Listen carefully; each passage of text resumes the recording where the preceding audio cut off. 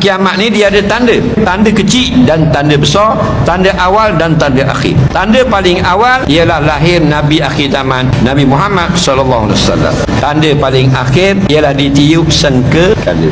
Sebelum ditiup sangkakala ada tanda-tanda besar. Tanda besar ni biasa dimulakan dengan terbit Imam Mahdi. Imam Mahdi akan terbit ketika umat Islam sudah kalah seluruh dunia, tewas seluruh dunia, terpedaya seluruh dunia, dimenangkan oleh orang kafir yang didominankan oleh orang Yahudi. Masa itu terbit Imam Mahdi. Imam Mahdi terbit, semua umat Islam yang beriman, yang Allah nak pelihara imannya, akan berbai'ah dengan Imam Mahdi, bersetuju untuk sama-sama berjihad, menegakkan balik Islam. Lalulah terjadi peperangan yang amat dahsyat, yang tentera Islam akan menang. Selepas itu datanglah Dajjal, menyesatkan pula selepas Imam Mahdi memerintah di dalam dunia.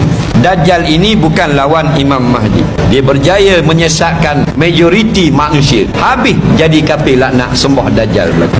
Dajjal menggunakan poin wang ringgit dan harta benda untuk menarik sokongan orang. Lalu datanglah turun Nabi Isa AS, kemuncaklah membunuh Dajjal. Kerana Imam Mahdi tidak ditakdirkan Allah untuk bunuh Dajjal. Dia hanya untuk memimpin umat Islam seluruh dunia berjihad. Nabi Isa AS membunuh Dajjal.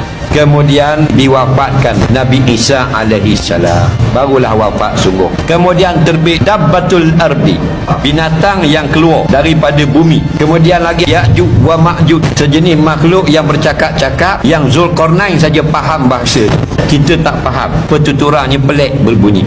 Tapi makhluk yang seperti manusia tapi nampak ganjil, tidak seperti manusia, duduk dalam lubang-lubang bumi, akan keluar. Apa dia buat?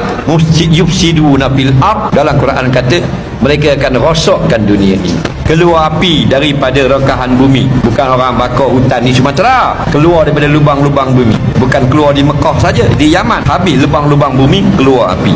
Api itulah menghalaukan manusia berkumpul sampai di Syria dan Yaman dan Madinah. Akhir sekali Allah panggillah malaikat Israfil untuk tiup sangkakala. Bila tiup sangkakala, maka dimatikan seluruh yang hidup melainkan 4 malaikat. Ini hadis. Lepas tu Allah matikan 3 malaikat.